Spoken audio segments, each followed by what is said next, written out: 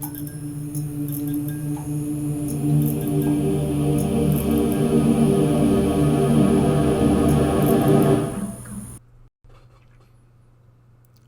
today I'm drawing a mimic, and it took me about 54 minutes roughly to kind of get this sketch down.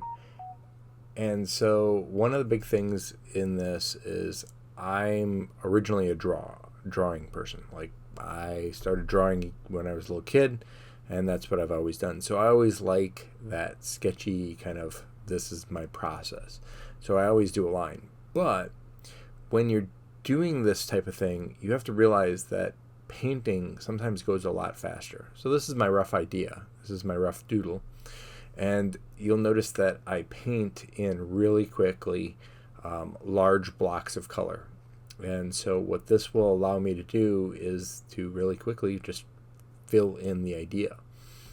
When I'm doing this sort of thing, sketching comes really easily, and I always want to go back to the line work and noodle stuff. But one of the things that I've learned is, I've picked this up through plein air painting and a number of different things, is ultimately using large, quick brush strokes will get you more information faster.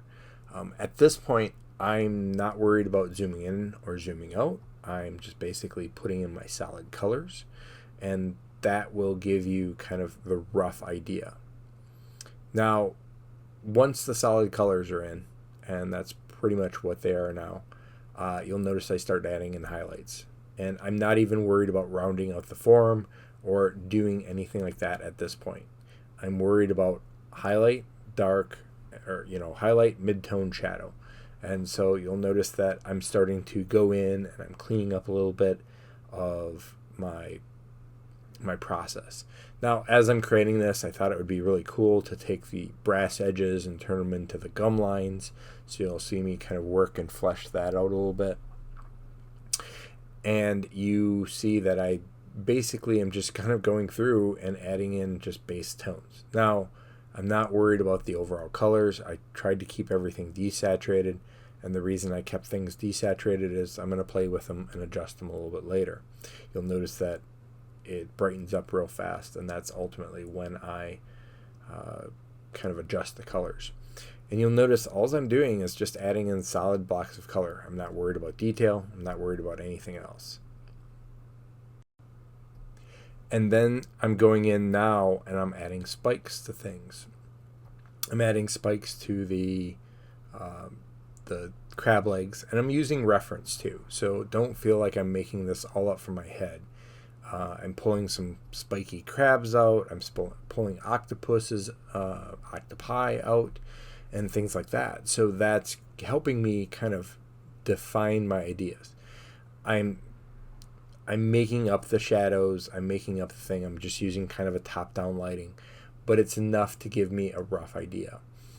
And as I go through and start doing this, you'll notice that it becomes a little bit more and more refined.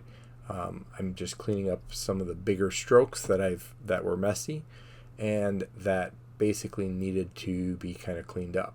I'm also working kind of dark to light, and so you'll see that I'm kind of adding in a little bit darker shadows, and I'm adding in a little bit lighter lights, and I've changed my idea. So here you can see I've decided I want it to hold weapons. So I'm basically sketching out weapons for the tentacles to hold onto.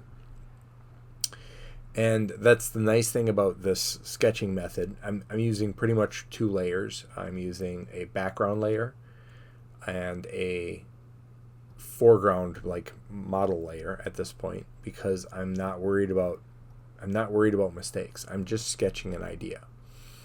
And I think that's one of the biggest things that holds us back, is we're so worried about doing a perfect sketch or anything like that.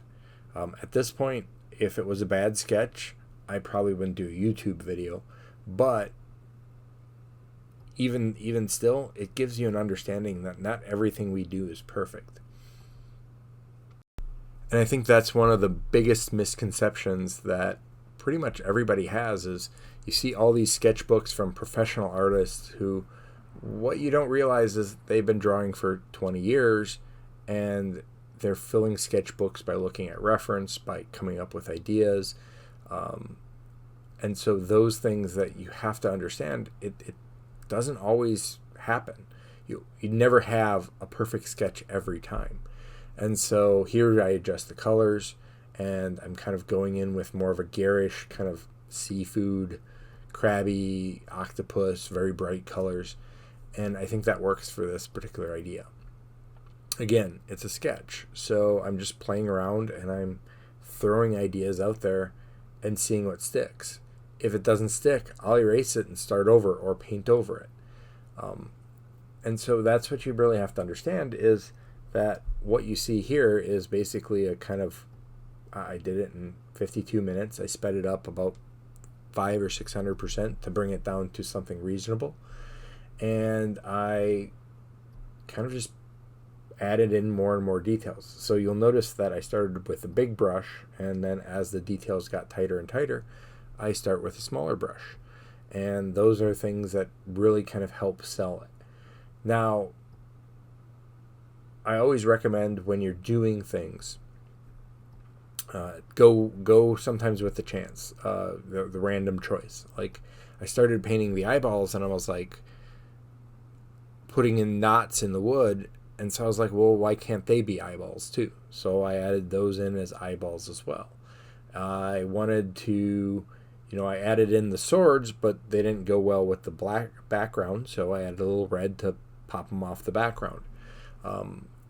And it's doing things like this are really nice to give you an idea of like what's going on and kind of how to fix things on the fly. I think one of the biggest issues is that new students don't understand how to fix things on the fly. One of the biggest things I've learned, so I've been doing art for over 20 years, over 30 years now. And one of the biggest things that I've always learned is that there's always more room for learning. A couple years ago, I started plein air painting, and everything I knew about art, I know that, I know composition and all of that type of thing. But everything I knew when I started plein air painting went out the door because I was so focused on the painting, the oils, getting the medium to work right. And so, a lot of times you pick simple things, you pick simple tools. I only use one brush here. I use the chalk brush to pretty much paint everything. And you just kind of choose your colors and go. When you're doing stuff like this, you really want to think about like just the idea. Don't worry about all the little stuff. At this point, it's a sketch composition. I can do 5 more of these and have 5 different ideas and have all the fun with it. And so I did create a new layer here for the spit or slime or whatever. And basically that's it. This is the sketch. So this is about, again, 54 minutes, I believe. And if you have any questions, feel free to ask. I have some more videos on the way coming soon, and I want you to check out the next video here. I'll post in the link.